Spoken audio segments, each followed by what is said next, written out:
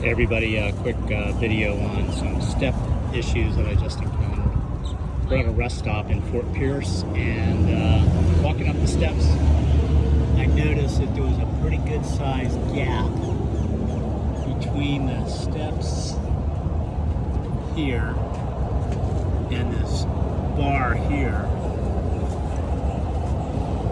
And that's not right. It shouldn't be there. So really all I got to do is tighten everything up. This is going to require two simple tools, a big flat blade screwdriver and a 3mm Allen wrench. And the Allen wrench will go here. And flat blade screwdriver on the other side. And we'll tighten that up. And I'll come back to you in a minute and show you what it looks like when it's properly adjusted. The adjustment's complete. You can see that gap has now disappeared. Here's the tools. Again, a big flat blade screwdriver and a